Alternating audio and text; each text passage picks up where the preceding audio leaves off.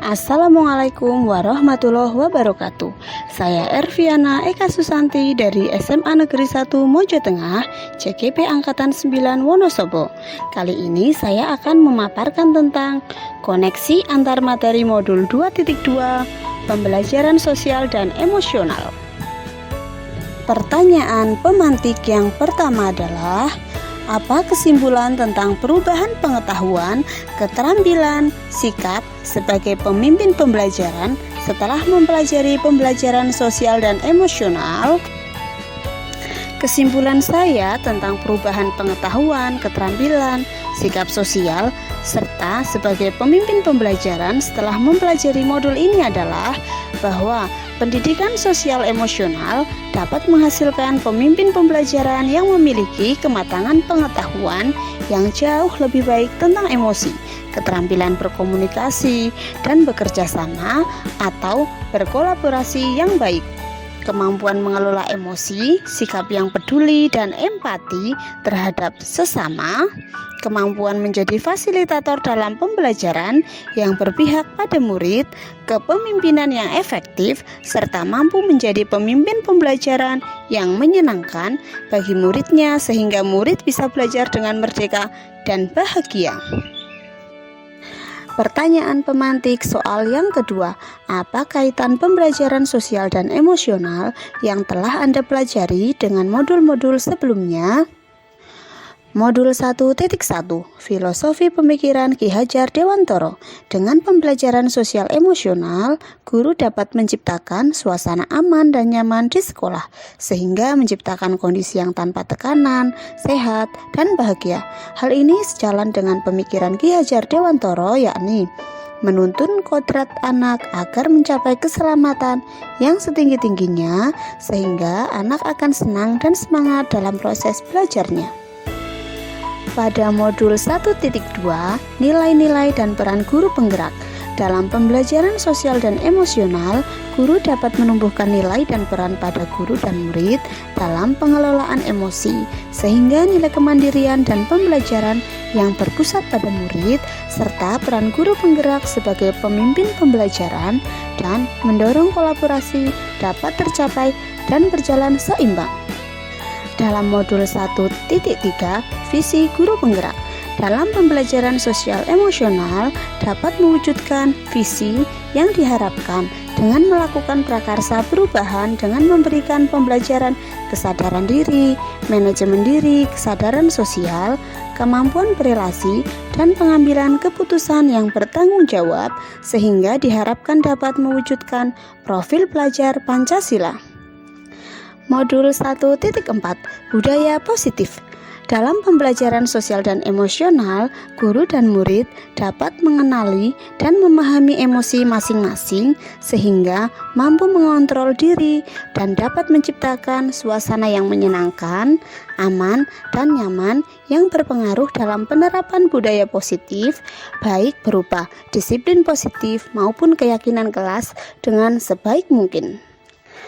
Pada modul 2.1, pembelajaran untuk memenuhi kebutuhan murid. Melalui pembelajaran berdiferensiasi. Dalam pembelajaran sosial emosional, guru dapat melakukan pembelajaran dengan mengidentifikasi perasaan dan emosi. Hal ini sejalan dengan pembelajaran berdiferensiasi yang memetakan kebutuhan murid, diantaranya adalah kesiapan belajar, minat, dan profil belajar murid dengan menggunakan strategi diferensiasi konten, proses, dan produk, sehingga pembelajaran dapat dilaksanakan sesuai dengan kebutuhan murid agar pembelajaran semakin menyenangkan dan dapat mewujudkan merdeka belajar. Sebelum mempelajari modul ini, saya berpikir bahwa pembelajaran adalah mengejar materi dan mengumpulkan nilai dengan komplit. Murid bisa mengerjakan soal penilaian dengan tertib dan mendapatkan nilai yang bagus, sehingga dalam kesehariannya saya selalu mengajar untuk mengejar penyelesaian materi dan pengetahuan kognitif dan keterampilan saja. Setelah mempelajari modul ini, ternyata murid harusnya kita bekali dengan pembelajaran sosial dan emosional. Murid juga perlu berlatih dan diberikan pemahaman tentang kesadaran diri, manajemen diri, kesadaran sosial, kemampuan berelasi, dan pengambilan keputusan yang bertanggung jawab supaya jiwa empati murid tumbuh. Berkaitan dengan kebutuhan belajar dan lingkungan yang aman dan nyaman untuk memfasilitasi seluruh individu di sekolah agar dapat meningkatkan kompetensi akademik maupun kesejahteraan psikologis atau well-being. 3 hal mendasar dan penting yang saya pelajari adalah: yang pertama, menerapkan konsep mindfulness, yang kedua, menerapkan 5 kompetensi sosial emosional, dan yang terakhir adalah menguatkan indikator PSE seperti pengajaran eksplisit, integrasi dalam praktek mengajar guru dan kurikulum akademik, penciptaan iklim kelas dan budaya sekolah, serta penguatan KSE pendidik dan tenaga kependidikan di sekolah. Perubahan yang akan saya terapkan di kelas dan sekolah bagi murid adalah: yang pertama, memberikan pengajaran eksplisit yang sudah saya terapkan, yakni dalam bidang kokurikuler, yakni menjadi koordinator proyek P5.